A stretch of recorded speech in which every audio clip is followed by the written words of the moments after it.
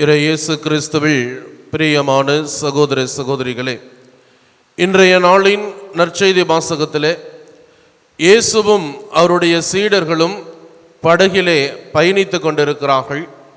திடீரென கடலிலே ஒரு பெரும் கொந்தளிப்பு ஏற்படுகிறது. ஒரு அசாதாரணமான சூழல் நிலவுகிறது. அப்பொழுது சீடர்களுக்கு அச்சம் தொற்றிக்கொள்கிறது. அப்போது இயேசு படகிலே படுத்து கொண்டிருக்கிற போது, ஆண்டவரே, சாக போகிறோமே, எங்களை காப்பாற்றும் என்று சீடர்கள் கேட்கிற போது இயேசு கடலை பார்த்து கடிந்து கொள்கிறார். கடலும் அமைதியாக விடுகிறது. இங்கு கடல் என்பது நம்முடைய வாழ்க்கையை குறிக்கிறது. கடலில் இருக்கக்கூடிய அந்த படகானது நம் ஒவ்வொருடைய வாழ்வினையும் குறிக்கிறது. அதே போல அந்த கடலில் ஏற்பட்ட அந்த புயல் என்பது நம் வாழ்வில் வரக்கூடிய துன்பங்களை குறிக்கிறது. இன்றைய நாளினுடைய இந்த நற்செய்தி வாசகத்தை வாசிக்கிற போது என்னிலே உருவாகிற ஒரு முதல் கேள்வி, காற்றும் கடலும் இயேசுவுக்கு கீழ்ப்படுகிறது, அவர் சொன்னவுடனே அவை அமைதியாகி விடுகிறது என்றால், இயேசு முதலிலேயே அந்த பெரும் கொந்தளிப்பு வராமல் தடுத்திருக்கலாம் அல்லவா? ஏன் செய்யவில்லை? அவர் ஏன் காற்றையும் கடலையும் முதலிலேயே அவர் அமைதிக்குள்ளாக்கவில்லை என்கிற ஒரு கோணத்திலே சிந்திக்கிற பொழுது நமக்கு விடையாக கிடைப்பது, நம் வாழ்விலே துன்பங்கள் ஏற்படுகிறது. அந்த துன்ப நேரத்திலே இறைவன் நம்மை விட்டு செல்வதில்லை, இறைவன் நம்மோடு இருக்கிறார்.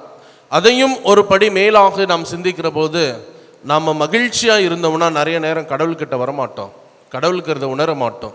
ஒரு நோய் ஏற்படுகிறது போது, ஒரு குடும்பத்திலே ஒரு இழப்பு ஏற்படுகிற போது, நமக்கு ஒரு தேவை இருக்கிற பொழுது என்ன செய்கிறோம்? ஆண்டவரிடத்தில் திரும்பி வருகிறோம். அந்த சீடர்கள் எத்தனை நாட்களாக இயேசுவோடு இருந்திருப்பார்கள்?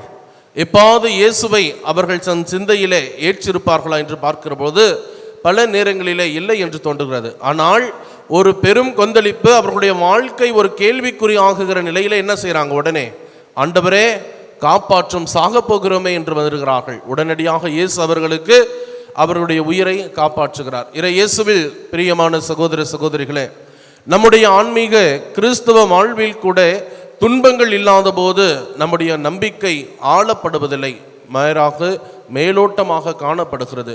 ஒரு துன்பம் வருகிற போது, ஒரு நோய் வருகிற, எடுத்துக்கொள்ளுங்களேன், எத்தனையோ மக்கள் இந்த அன்னையின் திருத்தலத்தை நாடி வந்திருக்கிறார்கள்.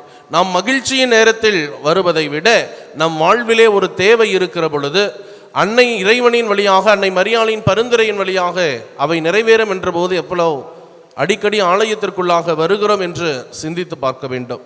இயேசுவில் பிரியமான சகோதர சகோதரிகளே, நம் வாழ்க்கை என்கிற படத்திலே இயேசு இருக்கிற போது நமக்கு எதுவும் குறைவுபடாது.